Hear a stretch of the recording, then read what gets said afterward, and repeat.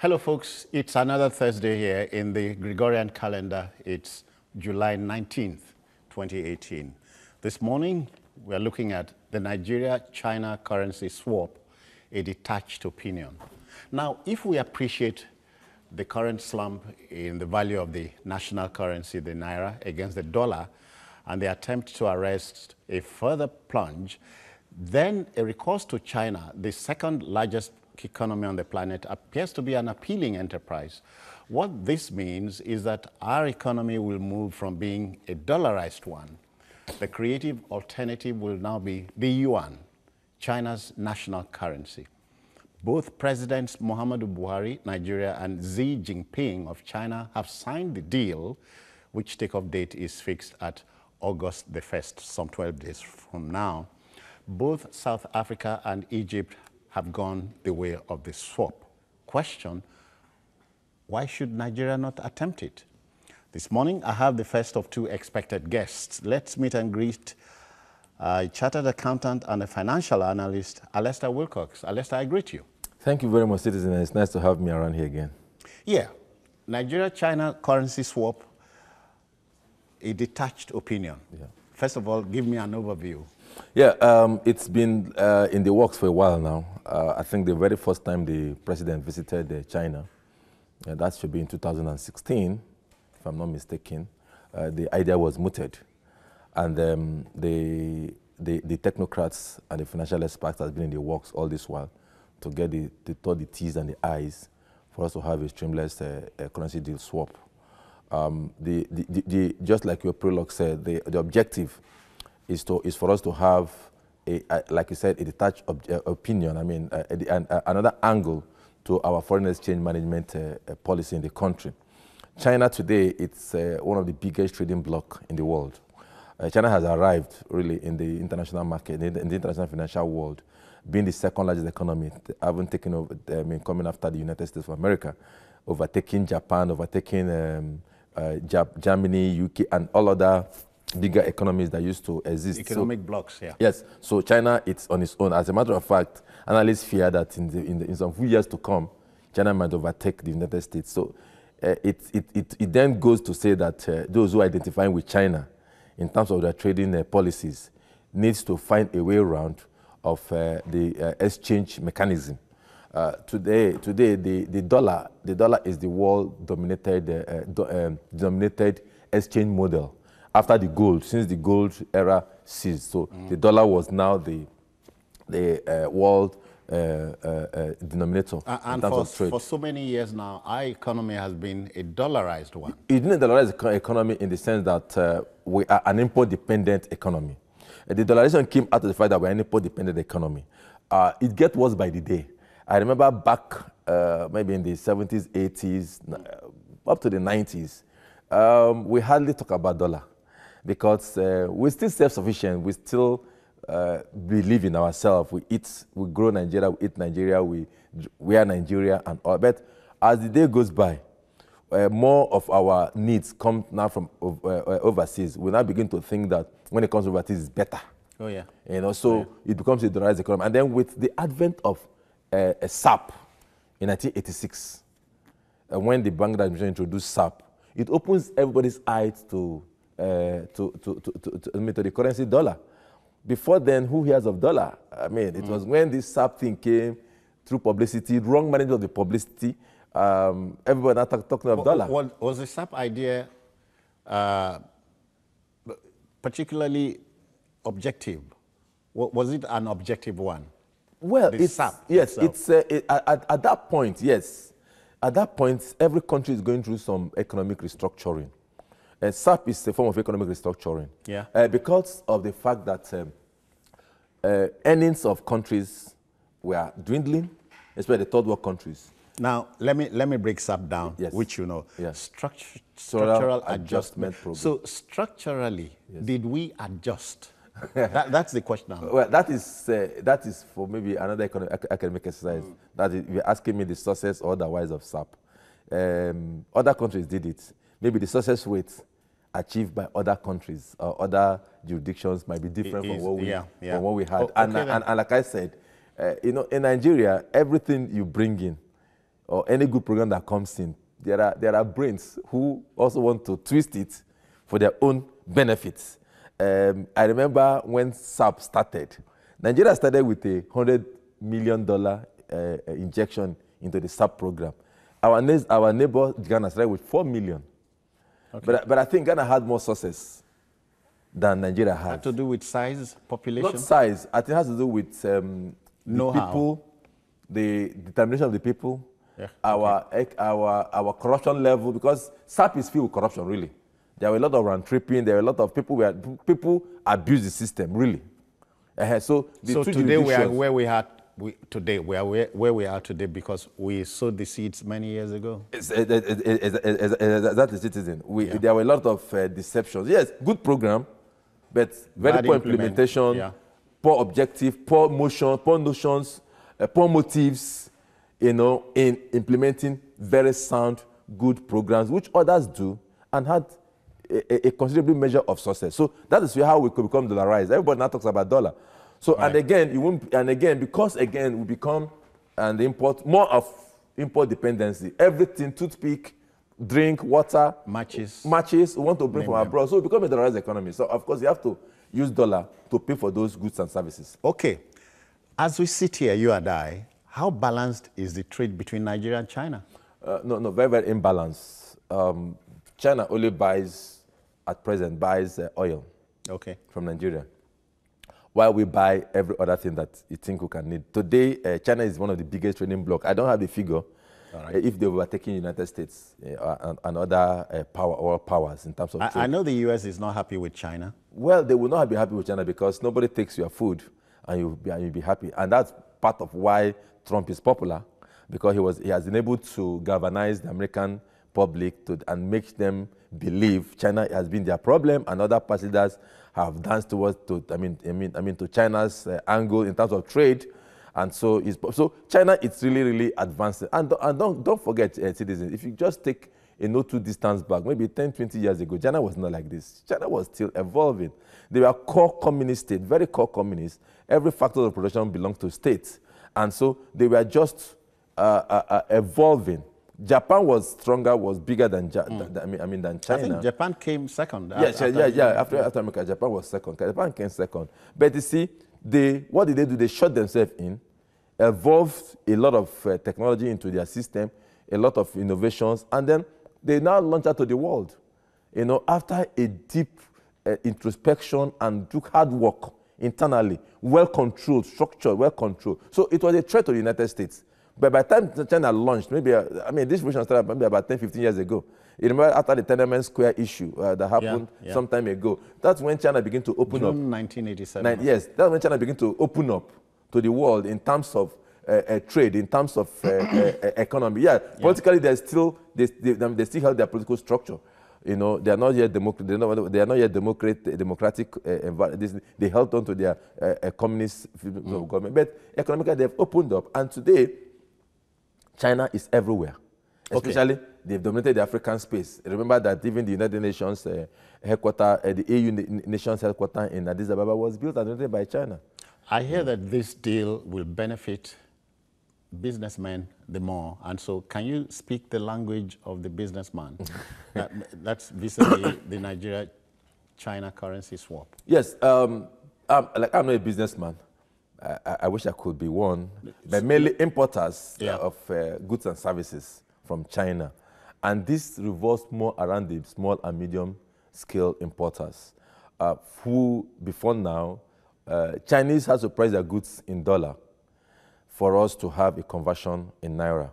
Okay, before you went there, you had to go the way of the Americans? Of course, the dollar route. Before going to yuan? Before going to yuan. Now you are going direct now, with this new deal now, you are going directly to yuan. Okay. Without having to branch off and have a handshake with the dollar. All right, quite a number of questions I know are welling up in you. We'll go that route as soon as we come back from this break. Please stay.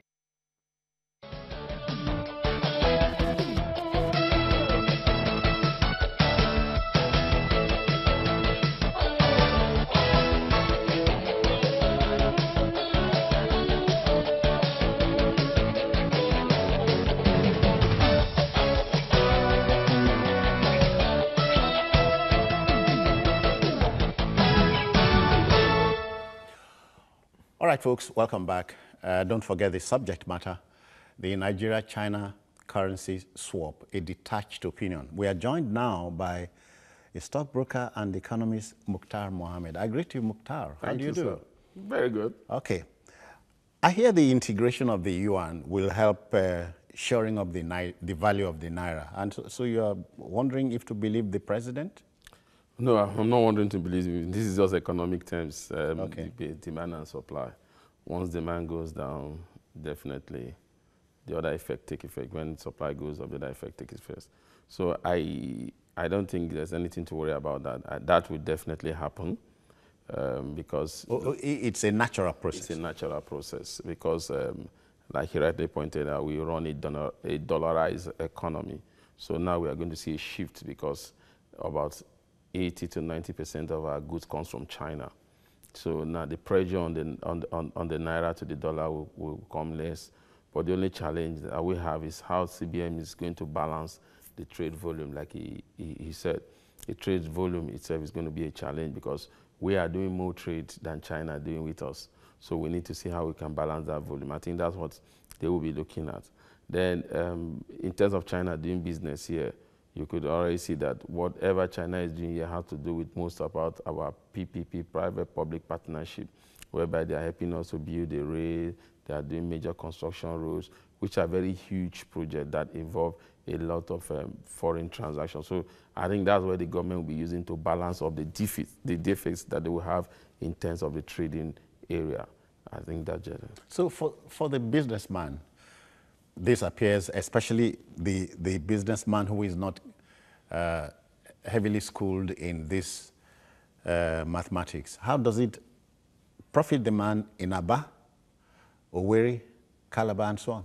Well, it profits the man in Aba, Owerri, Calabar because he can goes into the bank, but he has to have his LPO, he has to have a deal transaction with the Chinese company up there. So he get in there and just submit this LPO, they verify it, and then they help him do the transaction, which whereby that means they do the transaction here, he doesn't have to bother going there with dollar again, so he just have an account, then they just do the transactions, and that is all. That's how smooth it should be, but you don't expect it to be smooth at the inception. Okay. There may be one or two challenges, like when you have in banking challenges, but the good thing is that the two Nigerian banks that have been asked to be one of the major partners in this deal, that is Zenith Bank and First Bank, are already going to open full branch there in China. So you are going to have to link the services where they do here with what they do in China. So we could see a synergy in that area. The whole idea is that the Nigerian businessman don't have to take dollar to China. He can go to the First Bank branch there in China and withdraw the yen. And the Chinese business people, they are doing a lot of business here in terms of construction, manufacturing. They don't need to take their yen also to China. They could just pay in their yen here, then they get, pay in the naira here and get to China and take the yen. So it's vice versa. So that's how smooth it's supposed to be. There may be issues along the line, even in the normal transfers. It's only natural. Natural, so. Yeah. Alessa, and so at the end of the day, we're looking at the exchange rate of the naira, the assuring of the value of the naira. Yeah, like my colleagues just said, there's a natural flow of demand and supply, natural law of demand and supply that will set in. At the moment, I think there is still this artificial holding or pegging of the naira by the CBN. If the naira has been really allowed, maybe it will have come down lower than it is. Allowed to do what? Allowed to take its natural course, because with the level of hectares that we have now, and the opening up of the market very wide now, maybe the dollar will have dropped further than the 306 it is on the official window, and even further down than the 360 it is on the parallel window. But because we also, our budget is predicated on the volume of dollars we bring into the economy, so they might not want to drop it that further.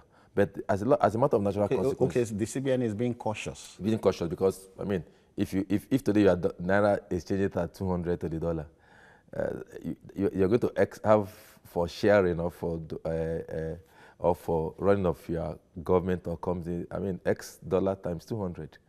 You know, so I have a budget of 9.1 trillion to run. So, and then states also have budget in totality of over 9 trillion to run, and they all share from the same distance. So until we begin to share up our, we begin to earn more dollar, more foreign exchange, more foreign income, that's when that can happen. But on the long run, there will be that slight movements. Like right now, we are having that slight movement down. We'll still be having it, but it will not be significant. But like he said, the major advantage being the fact that the streamless operations. And then, if you also look at it, the value of the naira to the yuan vis-a-vis the dollar route is lower. You know, if you compare yuan, dollar, and then compare yuan, naira, there's a discount of almost 20 to 30% of the value. Already it's been fixed at 48 naira to the yuan. So it will invariably impact on the cost of goods coming in from China downwards. So if you have that 20%, about that 20% knockoff in the comparative values of the currency, taking the dollar route, taking the straight yuan route, then you have about 20-30% discount on that, on the value of each yuan. So what will be the case? The value, it will impact some positively on the cost of goods and services. Mukhtar, at the end of the day, the man on the street hopes to see a betterment in his lifestyle and so on. So we are looking at a Nigerian angle indulging in more production. So because when we produce, we will earn, and the pressure on the naira is a lot less. Do you see this happening? No, definitely not yet. Okay. Not yet, because we need to open up our credit system. No economic grow with the type of credit system that we run. We run a credit system that is not business friendly, because already the businessman advisedly. Yes, it's the CBN MPR rate is about 14% that they borrow money to the bank, and so the bank have to borrow from CBN to give to the businessman at more than up to 20-something%, because they also have to make money. They are in there to make money to grow. Yeah. So when you look at our credit system, I mean, in terms of access to fund, it's easier for the Chinese people to flood our market with their goods because they have easy access to fund. So basically, what we are going to have as a challenge as a nation, and which we still having, is the enabling environment where we could have our economy run on a very good credit system, whereby you could see the SME, easy access to credit, and also easy way to track them. Because if you ask the bank why they are not giving loan today, they tell you that most of the people they give loan at the end of the day, the non-performing loan up till last year was very huge, because most of the people that they gave loan were not paying back. But then, like I always say, you cannot separate economic data from market movement. If the economic statistics, if economic data is not microeconomic stability, microeconomic data is not stable, you don't expect the market movement to be different from that. So when you look at where we're coming from last year and where we are now, you realize that that might be the cause for the non-performing loans. But for us to really, really be on a little bit of level term with the Chinese, then we need to open up. We need to begin to see how we can get good credit system. What we are enjoying in the agricultural sector now has to do mainly because of the opening up of CBN, giving the farmers easy access to credit. If we don't do that through the manufacturing sector, we will not be able to gain so much from this Chinese deal. If we don't do that in the area of infrastructure, we are not going to benefit so much from it. What it means is that the Chinese are getting our goods at a cheaper rate, while we are getting our goods, we are selling our goods to them at a exorbitant rate. Okay. So it's not Uhuru yet. No, it's not Uhuru. It's still on the test run. For an initial period of 3 years? I think 2-3 years. I can't get, yes, initial instance, period of 2 and we are committing about 15 billion yuan, which is exchange about 720 billion naira in the process. It's not Uhuru, but if the program is properly run, and Nigerian entrepreneurs are able to export, which is also part of the angle to it. You can't export if you don't produce. Yes, production. Because I mean, the other day I was hearing one advert from Abia State, talking about the growth in the productive sector in Aba, Area, and all those places in terms of leather, material, and all whatnot. So, if that is true, the potential is there. No, great, very, very great. Jones, very, very great. The potential is very, very great. Look. I want to believe that a lot of work has been done, is being done, and from the depth we are coming from, it might look like a drop in the ocean, but a lot of work is being done at all by this administration and at all sphere. If we can recreate the hub in Aba, the hub in Newi, the Onitsha hub, that is the a small-scale productive hub we had in the country. If they can be revitalized, who says that we cannot meet that challenge? Then talking about our textile, which is one of the major things that the Chinese... Over 400 of them? Yeah, which is one that the Chinese used as initial entry to the Nigerian markets, the textile industry. Who says if we begin to challenge them at that front, that will not have a reciprocity in terms of quality and in terms of pricing? So now with the new... I'm coming, sir. Yeah, with the new... with the new currency regime, it will be easier. Rather than you pricing it in dollar, back there, you price it in yen. And there is that reciprocity. So long as you are getting a cheaper yen, you are also selling at a cheaper yen to the rather than at your own dollar rate in the stand. So it will encourage it. But first, quality. Technology has to increase and then quality has to improve so that we can able to compete and compete favorably. In terms of the pricing, we might become at equilibrium. All right.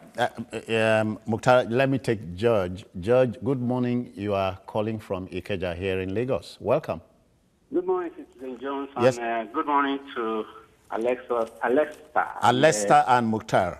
Yes, Alesta, it's been a very long time. It's nice to see you again. Thank you very much. It's my pleasure. Citizen. Yes, sir. I have no problem.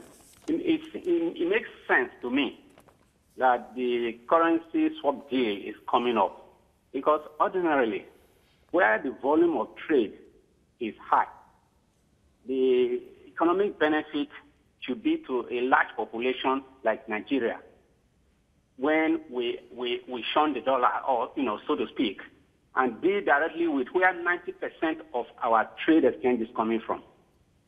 It will also, in my view, it will also help our educational tourism expenses. There are millions of Nigerians in overseas schools and universities. The dollar will become more affordable for them when they want to go to such schools. But my fear is this, sir. The quality of goods that come from China, how are we going to control it? Because I noticed that if you're in Europe or in America and you buy goods that came from China, they are of very high quality.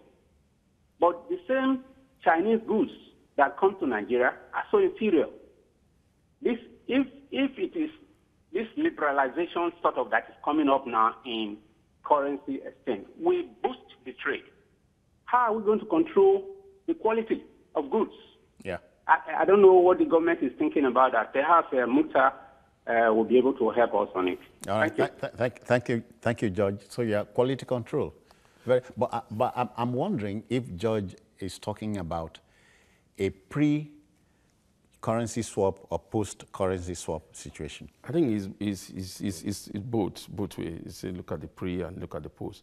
And he made a valid point. The problem we've always had in Nigeria, it has to do with regulators. Our regulators sometimes are not up to their game because we don't have to start. We have various bodies to look into. We have a standard organization of Nigerian Sun that is stationed there at the port to see what type of goods that is being brought into this country. We have the Consumer Protection Commission also is supposed to look at some of these things. But I think we have weak regulators. That is the challenge. Sorry, it means SON, that Standards Organization members and the other ones you talked about, must be at the port of embarkation. They are there. In China, they'll be there to regulate. what comes in? No. They don't have to be in China to regulate. So they have to be here in Nigeria because those goods are... No. How do you attest to the quality of goods that will come from China here? Look, we always know when something, when they have their own laboratories. And I'm sure before some of these goods comes into the country, they have their own testing to look at how quality these goods are in terms of the material, in terms of textiles materials. Yeah. Because we had the time challenge that time, people were saying that some textiles materials are prone to cancer or stuff like that. But we didn't even have any. We don't have regulators. Even when we had the challenge of the Coca-Cola thing, we didn't even have a regulator where other countries were stopping them because of too much. We didn't have a regulator to tell us. All they were telling us that everything is all right with the Coca-Cola plant here in Nigeria. So I think leave the plant out. So I think the challenge we have as a country is our regulators. Quality control. And we have a regulator that is supposed to do that. We see NAFTA have done that in terms of drug that comes from China. Before any drug can come from China, but now you see NAFTA have brought in control. So we need to because most of the tires that we're going to be using in our cars will begin to come from China. And some of these tires are not quality tires. And you can't tell me Standard Organization of Nigeria doesn't know how to see when a tire is quality or not quality. So we need to get our regulators on point to be able to say, look, like he said, if you go to the US even, you see good from Malaysia, you see good from Philippines, you see goods from Bangladesh, you even see good from Vietnam. All there. And when you buy these goods, their quality. The quality is there. The quality is different. And sometimes I tell people, just look at your Peugeot car that you bring to Nigeria. I mean, your Toyota car that you bring to Nigeria. If you buy a Toyota car from America, there's an American spec. The interior is different from the one you get from Japan. Let me hold you for a while because we can't stop. Boyega is in Abuja. I don't know how much detached. My name is Benga. Benga. Okay, all right. Benga, how much of a detached opinion do you have here? Yes, you see, it's a good program because our economy now is still import-oriented, and in the area of material, tools, technology, we depend on China. So it really helps that the dollar that is high demand will reduce. So dollar will be available for other sectors. And also, our businessmen who are majorly from the eastern part of the country will see a sign of relief. But the thing now is that majority of them are not even aware. They don't understand this concept. So the CBN or Federal Ministry of Investment and maybe Federal Ministry of Finance or all stakeholders seem to call them to enlighten them. They need to have sensitization that this is the benefit, this is the area, this is how you approach it. Largely now that has not been done. You just read a newspaper and a program like this, a swap, naira swap, this and that. They don't really understand it. You go to Alaba, where their major is, you go to Anambra, Onisha, main market, they will tell you they don't even know what is happening.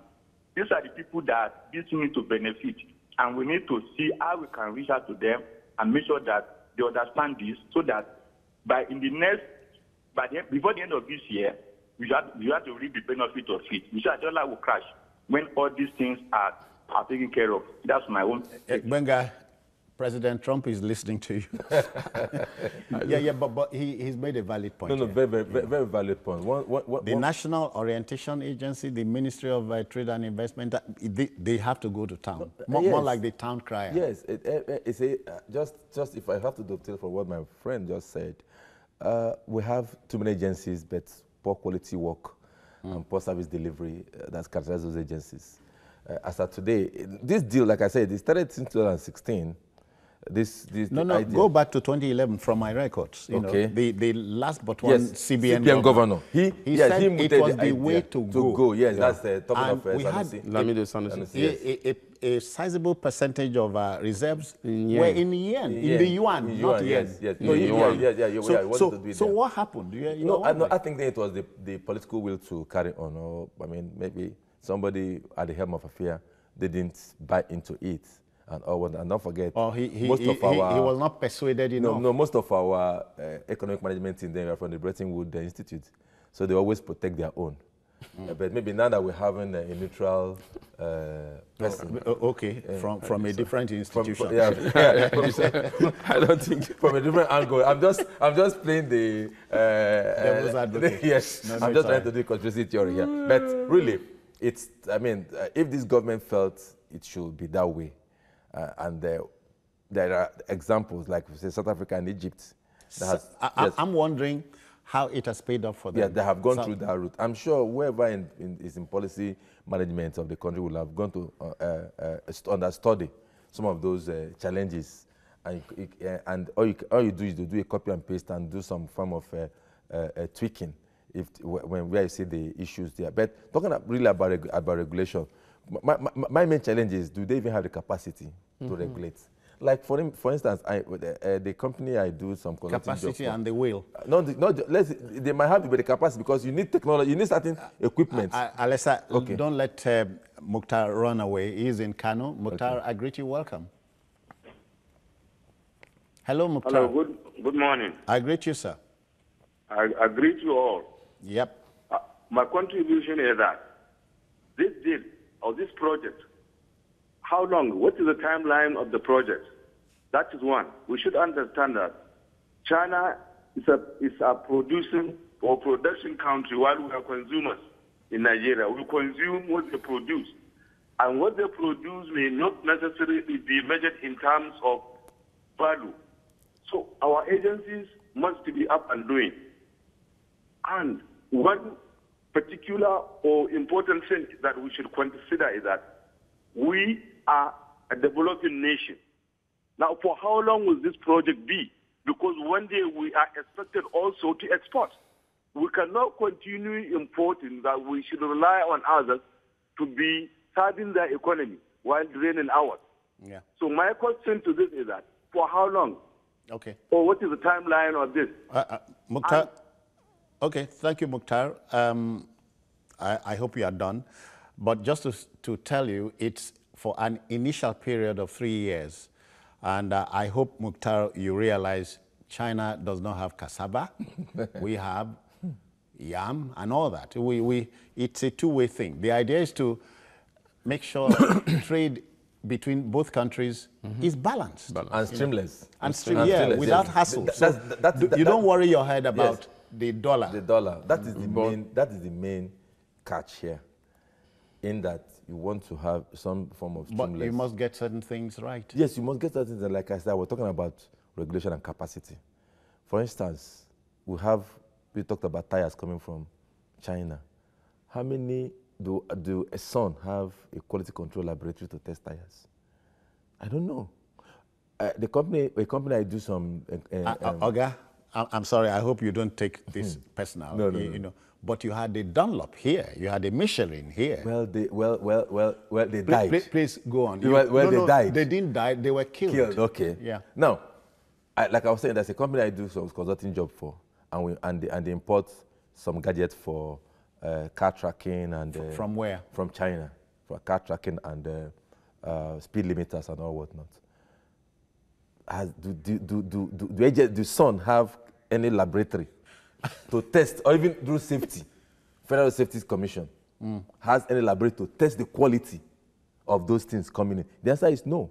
So they all rely on some book work and some things. But if you go to America, like you said, we are saying we have goods that comes from Vietnam in America. Peugeot from France to America is specialized. Different. So, but do you hear that they recall? It's not even your Toyota. No, that they recall cars. Toyota from Japan. Have you ever had the recall cars that came to Nigeria? You send the car to America, there is an airbag issue, there's a door opening issue. They recall all that.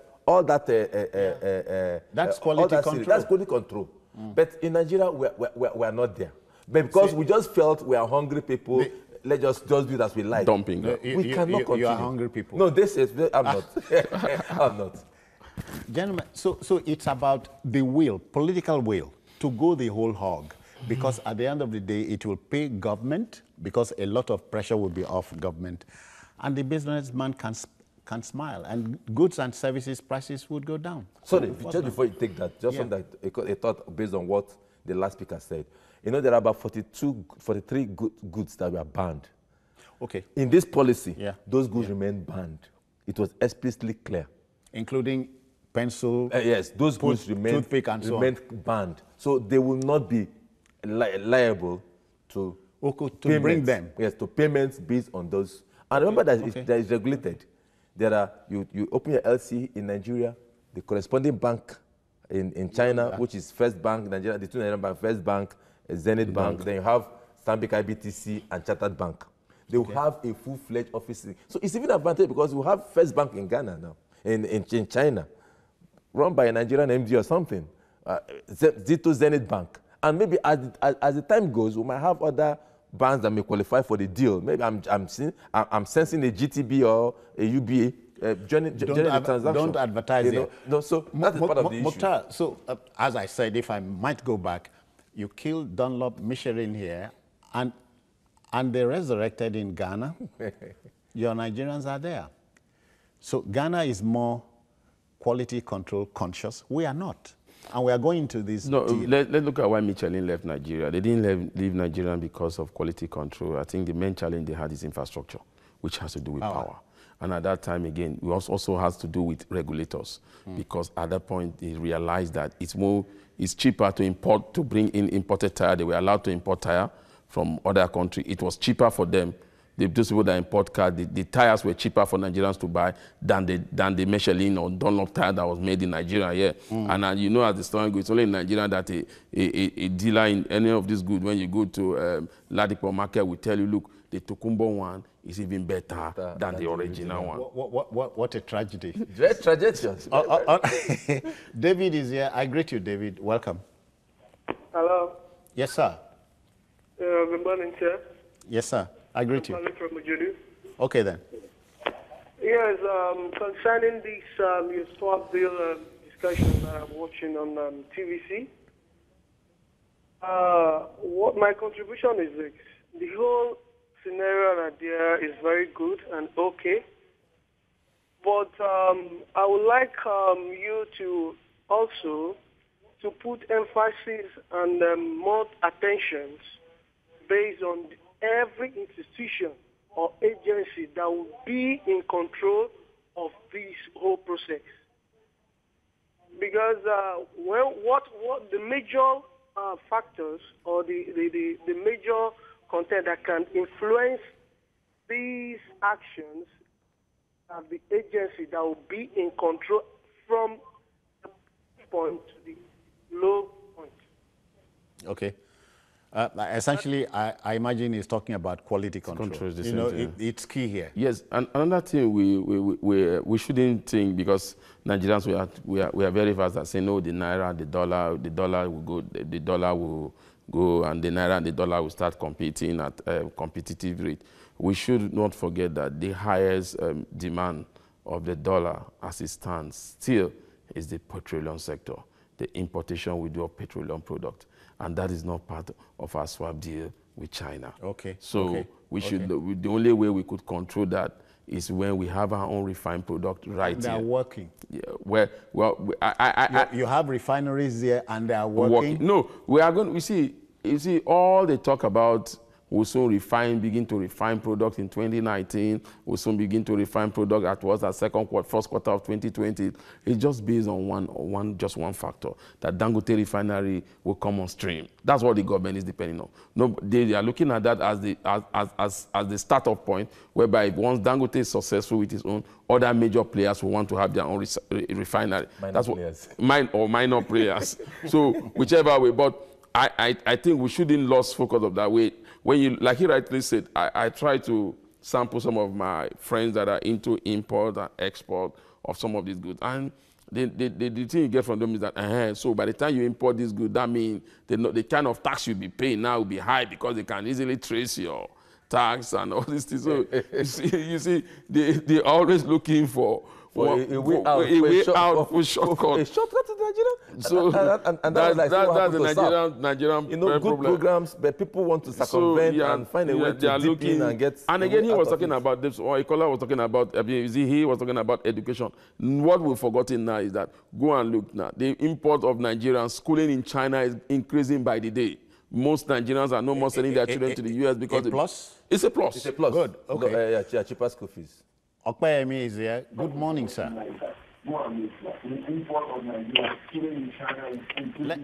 Let's go. Okpeyemi. Hello. Yeah. Good morning. Let's go. Go on. Good morning. I greet you. Okay, well done, sir. Good morning, Alexa and Mr. Good morning. I think Alexa mentioned the other time about 41 items. The 41 item is bound for sourcing dollar. It's not for, because if you source your own dollar privately, you can actually import them. So, and we are talking about the issue of quality. I think all the agencies, SON and the rest, must ensure that the standard is in a particular platform, so that by the time importer and producer is talking, from the bank, from either bank, whether from here in Nigeria or in China, they are comparing standards with what the standard organization or any agency has already put in place, so that the issue of turning Nigeria into dumping ground will be dealt with specifically. Okay. And that's my submission at the moment. All right, well, noted. Mukhtar, confidence in the yuan does not mean a diffidence in the dollar. No. You see, whether you like it or not, the dollar still remains the #1 currency of the world. How they have done it like that, and we don't know. It's not magic. It's discipline. not magic. My friend, it is discipline. Discipline, yeah. So it's still there. We most like if the 41 ban item, they won't go sorting for yen. They will still go sorting for dollar. And the unfortunate thing is that those 41 ban items seems to have more patronage from Nigeria, even if the price go up, than the other But Mukhtar, I may be wrong, but the big idea behind banning them was because we could produce them here. Let me give you a scenario that happened some time ago, maybe not in this administration, maybe this administration will do something different.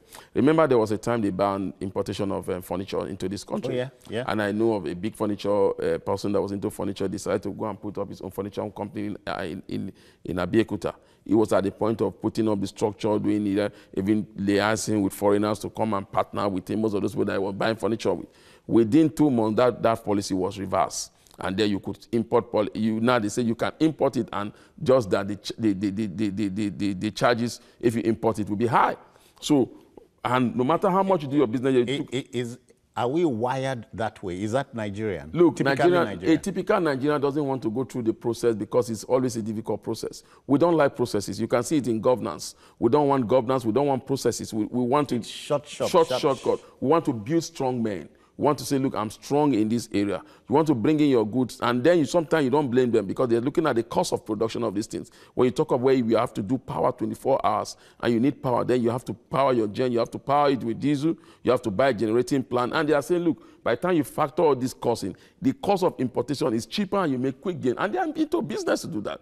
So the challenge we have in Nigeria is still that basic challenge, that basic fundamental, which is infrastructure. We don't have it. So we'll keep on having those challenges. Even if you bring the yarn begin to trade in power with the naira due to high price of oil, it will not result to manufacturing sector in Nigeria doing very well. It has to be that infrastructure has to be there, especially power and road networks. All right, we'll come back to that. Adeyemi is waiting in Kano. I greet you. Welcome. Good morning. Yes, sir. Welcome, sir. Yeah, good morning to everybody over there. Yeah, good morning. Your line is muffled. I don't know what's happening. Change positions. You know, your line is muffled. Okay, can you hear me now? Go on. Yeah, I said I've been watching your program, and the comments I want to make are on some few things you have mentioned. One, regarding the awareness. The awareness has been ongoing because even banks have been sending messages to their customers, trying to update them about this China swap. So that's one. So let's not be no awareness out there. Secondly, we've been talking about control. The fact has nothing to do with control. The fact is only already having existing business relationships with manufacturers and producers in China. With their local currency instead of looking for dollar. So, but I'm sure you made your point first time. Yeah, you got it. Yeah, I got a few points. Very, very good points that he has made. The awareness, like you said, is going. Like that was what I was trying to say. Since 2016, it's been all over the media that the framework was signed by the president. The time he went to China. But this is when, not to take anything away from whoever is doing that, but we're saying now we are close to take-off point, less than 14 days from now. We should go to the street some more. Yeah, we should. The two banks, the two they're on here. The four banks need to insist that their customers, the Federal Minister of Finance, Trade and Investment, CBN, needs to also put up a lot of sensitization. But see, the problem I have is acceptance by the people. Ever since this deal was struck, I hear people, even though this will benefit more, I hear people say it's political. Forget it, it won't work. I went to town, I heard them say it. It won't work. It's not, it's political. They just want to use to look for vote and all that, to capture both votes. I've heard all those things. But it meant to benefit you. It meant to make life easier for you. It meant to help the economy, the country. It meant to make you want to export goods to China and earn yuan that you used to trade. But I'm shocked at your surprise. It's a natural thing. But let me. Well, natural in a negative sense, Jones. We'll come back to that. I hope Frank will be frank with us now. Welcome, Frank. Yeah, good day. Yeah, I greet you. Yeah, I enjoy your program. It's really that it's difficult getting you on phone. Yes, the issue in discussion now is concerning the China currency swap. I believe it's going to be good, but what the problem we have is standard. One of your guests said that, or you said it's better to even buy Tokumbo pass products than even the new ones brought from China. I have personal experience. I bought a shock suspension for my 2005 Honda. From here to Onitsha, I'm back at the fifth point, damage. Then somebody advised me to go and get a Tokumbo. I bought a Tokumbo, and now I've been using that Tokumbo for over 3 years now. There's no issue with it. So I don't know. The thing is that I don't know how they will ensure standard because all these fake goods will be flooded in this country. So I don't know. Frank, so that is just my concern. Yeah, but you believe it is workable? Definitely it's going to be workable if Nigeria factor don't set in. That's it. Okay, and another issue is this. I believe they can, hello? Yeah, you are on. I believe they can also, they should also look at the way, the enforcement of this warranty or guarantee issue. If you sell a product, you must give the buyer 1 year warranty. If anything happens to that, there should be a mechanism for enforcement. If that person don't refund your money, if something like this is here, people will start trading on quality goods. Okay. Knowing that if you buy a goods and that goods don't last to at least you don't go there anymore. You don't go there again. Unfortunately, fortunately. Thank you, Frank. Fortunately and unfortunately, what he's saying, we have those bodies. We have the Consumer Protection Agency, who is supposed to be the one to protect consumers if you buy a good and they are not returning it back. You see, but Frank is not saying that the guys at the Consumer Protection Office should not be the ones selling these things. Theirs is to regulate. To make the Consumer Protection, theirs is when you have an issue and there is a dispute between you and the producer. You get redress. You get redress and fast redress. But unfortunately, you don't do that. Where do you find them? You buy goods in the United States, you bring it even to Nigeria, they tell you they give you about a month. Yes. If the goods is not even if it is a shirt, you think it's bigger than you, you will return it. And they will change it back, for you. Give back your money. Again, you don't blame us. I hear Nigerians are not litigious. They don't like going. No, but because going through pain. The system makes it Let me give you an instance. I won't call a company. You buy an electronic from that company, and the electronic has a fault, and and there they tell you have a warranty, and you take it back to them. That look, this thing has a fault. They'll say, oh, it was the power incident. That they will not give you a new one. They'll tell you, like, drop it so that we'll repair it for you. And which is wrong. Which is wrong. And because people are not holding them accountable. Big shops, some they'll tell you no guarantee, no return, no refund. You see it on your receipt. Okay, just to inform the viewer, a guarantee is a written agreement. A warranty, no. A guarantee is a spoken, a verbal commitment. A warranty, you get a certificate. Yes. If somebody says, look, take this, there's a warranty, insist on the certificate. Yeah, most phones have warranty certificats. Yeah, but how many Nigerians look at those warranty certificates? They just buy the phone and they drop it for the... even if you take it there, how many of them are ready to give you a new one? All right. I have a Peter, our last but not the least caller. Peter, welcome. Hello, Peter. Are we in business, Peter? Not quite ready, yeah. Yeah, I say, Jones, these governments have a lot on their plates. They came in with there's a lot on their plates. And as they work assiduously to remove some of these things, I think we owe them some responsibility to support them and to ensure that programs like this are not truncated with the Nigerian factor. I just talked about SAP. Good program, good concept, had all the potentials to have brought us better in terms of our economic structure. But what do we have? Nigerian factor, a lot of things came into it, people make money out of it, people are looking for how to benefit them. Sorry, I hear Peter. Peter is here. Peter, sorry about that. Let's go. No problem. Good morning, sir. Yeah. Good morning. You are on. Yeah, welcome. Yes. My name is Peter. I'm calling from Jigole. There's just a little contribution I want to put on. Hello? Yeah. You are on, Peter. Yes, so this is infrastructure, something that the other man, the stockbroker, talking about. I think the infrastructure is very important to us in Nigeria. One, the first thing is about the road. Hello? Peter, if you are done, let us know.